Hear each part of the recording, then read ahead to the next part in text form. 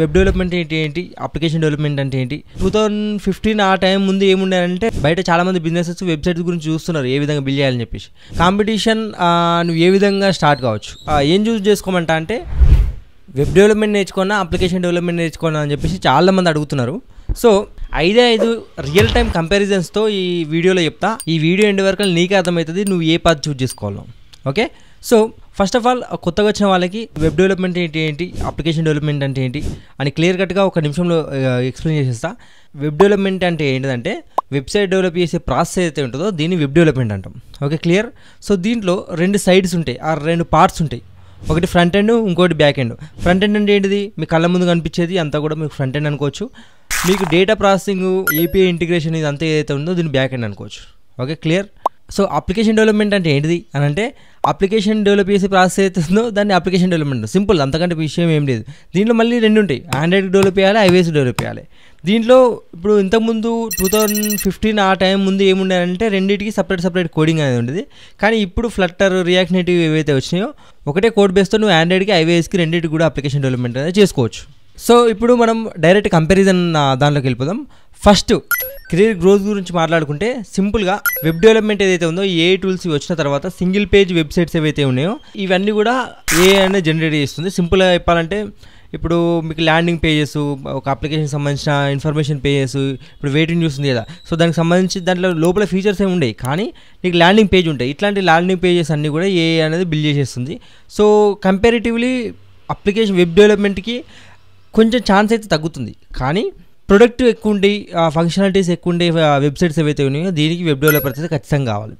Okay, and వేరే application డెవలప్మెంట్కి వచ్చేసరికి ఏ బిల్డ్ చేసినా కూడా ఇప్పటి వరకు ఫుల్ ఫ్లెడ్జ్డ్ అప్లికేషన్ అనేది బిల్డ్ చేసే అంత టెక్నాలజీ అండ్ ఇంకా రాలేదు, అండ్ ఇది ఇంకొంచెం టైం తీసుకుంటుంది. సో ఈ కంపారిజన్లో కెరీర్ గ్రోత్ విషయానికి వస్తే అప్లికేషన్ డెవలప్మెంట్ అనేది విన్నర్ అవుతుంది. అండ్ ఇన్కమ్ అండ్ సాలరీ విషయానికి వస్తే వెబ్ డెవలపర్కి బేసిక్ సాలరీస్ చెప్తున్నాను నేను, హై ఎండ్ చెప్తాను. బేసిక్ సాలరీసే వెబ్ డెవలప్మెంట్కి 3 నుంచి 6 లక్షలు స్టార్ట్ అవుతుంది ఫ్రెషర్కి, అండ్ ఎక్స్పీరియన్స్ ఉన్న వాళ్ళకి నీకు అప్ టు 10 to 25 lakhs వరకు వెళ్ళిపోతుంది. అప్లికేషన్ డెవలప్మెంట్ విషయానికి వస్తే నీకు ఫ్రెషర్కి ఏమో 5 లక్షల నుంచి స్టార్ట్ అవుతుంది, నీకు అది 10 లక్షల వరకు వెళ్తుంది. ఎక్స్పీరియన్స్ ఉన్న క్యాండిడేట్కి అయితే నీకు 10 లక్షల నుంచి వెళ్ళి 12 లక్షల నుంచి వెళ్ళి నీకు అప్ టు 30 లక్షల వరకు వెళ్తుంది. ఇప్పుడు 3వ పాయింట్ డిమాండ్. అసలు అప్లికేషన్ డెవలప్మెంట్కి, వెబ్సైట్ డెవలప్మెంట్కి ఏ విధంగా డిమాండ్ ఉందంటే డిమాండ్ అనేది ఖచ్చితంగా ఉంది.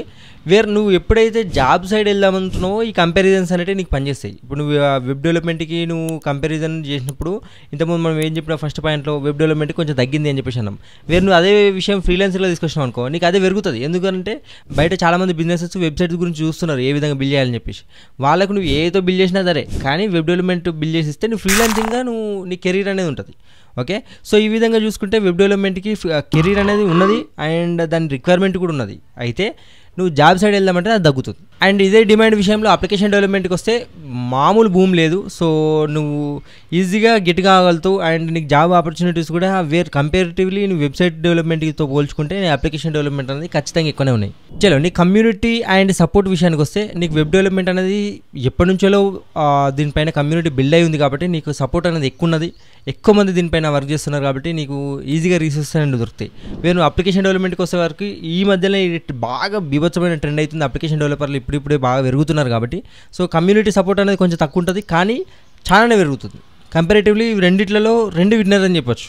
సింపుల్గా కాంపిటీషన్ నువ్వు ఏ విధంగా స్టార్ట్ కావచ్చు అంటే ఎంట్రీ బ్యారియర్ ఏంది అని అంటే వెబ్ డెవలప్మెంట్ని నువ్వు ఈజీగా స్టార్ట్ చేసేయచ్చు. సో నీకు దీనికి పెద్ద ఎంట్రీ పాయింట్లు ఏముండే అండ్ నీకు సిస్టమ్ కన్ఫిగరేషన్ కూడా హై ఎండ్ ఉండాల్సిన అవసరం లేదు వెబ్ డెవలప్మెంట్కి. కానీ నువ్వు అప్లికేషన్ డెవలప్మెంట్కి వస్తే నీకు సిస్టమ్ కన్ఫిగరేషన్స్ అనేవి కొన్ని పెరగాలి అండ్ మంచిగా ఉండాలి. నెక్స్ట్ నీకు స్టార్టింగ్ పాయింట్ కూడా దీనికి కూడా ఏం లేదు పెద్ద చెప్పాలంటే. సో ఈజీగా నువ్వు గెట్ ఇన్ కాగలుగుతావు. సో ఈ 5 కంపారిజన్స్లో నువ్వు ఇన్కమ్ చూసుకున్నా నువ్వు అప్లికేషన్ డెవలప్మెంట్, కెరీర్ గ్రోత్ చూసుకున్నా అప్లికేషన్ డెవలప్మెంట్ వస్తుంది అండ్ డిమాండ్ కూడా నీకు అప్లికేషన్ డెవలప్మెంట్కి ఉన్నది.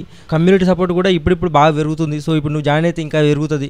నెక్స్ట్ విషయానికి వస్తే కాంపిటీషన్ అండ్ ఎంట్రీ పాయింట్ అని చెప్పినా కదా, దీన్ని కూడా ఈజీగా నువ్వు గెట్ కాగలుగుతావు. సో నేను ఏం చూస్ చేసుకోమంటా అంటే నా వర్డిక్ట్ ఏంటంటే నేను ఏం సజెషన్ ఇస్తా అంటే ఫస్ట్ నువ్వు రియాక్ట్ చేసి నేర్చుకో, తర్వాత రియాక్ట్ నేటివ్ రా. నువ్వు 2 కూడా నేర్చుకుంటే నువ్వు ఒకవేళ జాబ్ చేసినా, నువ్వు ఫ్రీలాన్సింగ్ చేసినా, ఏది చేసినా కూడా నీ కెరీర్ అనేది బాగుంటుందని నా ఒపీనియన్. వీడియో ఒకవేళ నీకు ఇప్పటివరకు చూస్తుంటే నీకు అర్థమై ఉంటే కామెంట్ సెక్షన్లో రాయి. Hit that subscribe button. Next వీడియోలో మళ్ళీ కలుద్దాం. Thank you so much.